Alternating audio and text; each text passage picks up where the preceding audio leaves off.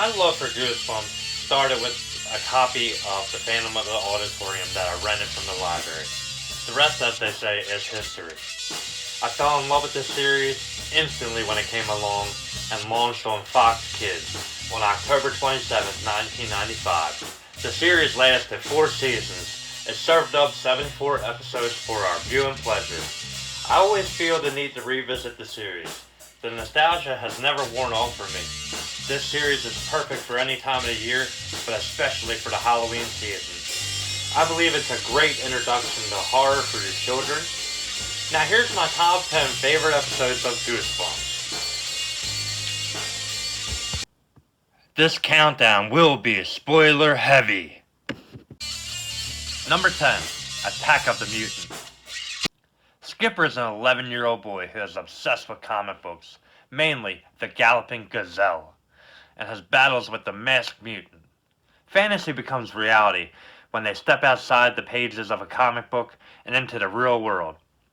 Skipper is the only one who realizes this, but not before the Masked Mutant lures him into a trap.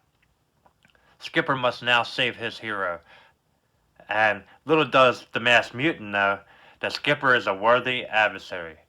Skipper outsmarts the Masked Mutant and makes him melt away. After emerging victorious, Skipper discovers powers and a new name for himself, the Colossal Elastic Boy. Now, Skipper reminded me a lot of myself as a kid. This episode had everything in it. Campy big suits, hammy dialogue, much like other superhero TV shows from that time. I love the use of colors in the costumes and in the set. The cherry on top of this sundae is that the bright knight Adam West is playing the Galloping Gazelle. That alone elevates this one for me. The 66 Batman always holds a special place in my heart, and the Attack of the Mutant makes the cut for me for these reasons alone. Number 9, Let's Get Invisible.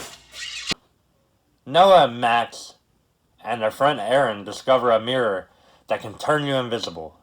All is fine until they continue to use the mirror. Soon they discover a reverse doppelganger is trying to take their place. After each use, they are pulled further away from their reality until enough is enough and Aaron shatters the mirror and everything returns to normal, or so it seems. Now this one, I don't want to give away too much, but I want to tell you about the look of the mirror. I love the look of the mirror. I love the look of the other side. The reverse doppelganger is a cool concept, and it makes for a good story, honestly, with the ending that you might not see coming. Number 8, a shocker on Shock Street. Aaron takes Marty on a tour of Shock Street Studios. Aaron's father insists that they both get on his newest ride. Once things go awry, Aaron and Marty discover the truth about themselves and Shock Street Studios. Before Aaron's dad can erase their mind, they seek vengeance. Some costumes from prior episodes are incorporated in different ways. The whole haunted house theme I love. It's wild that the father literally created everything in the park. In some ways it reminds me of Mary Shelley's Frankenstein, a scientist hell-bent on creating life, playing God, creating a being, and that being turning on you and imminently causing your doom. Number 7, Night of the Living Dummy 2. After Amy's dummy, Dennis, loses his head, Amy's dad gives her Slappy. The incantation is read. Slappy is awakened and chaos ensues. Slappy ruins Amy's sister Sarah's painting and insults her dad, and then tries pummeling him with the guitar. Honky-tonk man style, baby. Amy dumps him in a sewer. Slappy returns and shows the kids that he's alive. Slappy tries to take over, but Dennis makes sure that doesn't happen. I love the design of Slappy, that it's different than the book cover. No one believes Amy. I think that's fun. I have a lot of fun with that this kid is going around and it's really happening and no one believes her until they see Slappy moving. It has some cool shots with Slappy on the chandelier and Slappy sitting up. With this one, it's really the little things that make it stand out. like watching Slappy's eyes move, or even watching him get caught red-handed. That definitely gives off some child play vibes. Number 6. Welcome to Horrorland. The Morris family is lost, searching for zoo gardens, but fireballs steer them into the direction of Horrorland.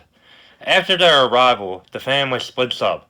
The kids do not heed a monster's warning, and he tells them not to get on rides, and they do. With each ride more dangerous than the last, the kids search for their parents. By the time they meet up, they're chased into a studio. Welcome to Horrorland's hidden camera show. The Morrises go head-to-head trying to win a new car. They fail. With the assistance of that same monster, they escape from becoming lunch. We're literally left with a cliffhanger. I love the ending being open to the fate of the family. All of the rides were fun. The commercials were fantastic. This has a Mojo World feel to it to me. I really like the look of the monsters. With that being said, this one is a roller coaster of a ride full of monsters. Alright, ladies and gentlemen, stay tuned for the rest of the countdown tomorrow. You get my top 5 revealed tomorrow at 8 p.m. Eastern Standard Time. Thank you guys for joining me. Be sure to drop a comment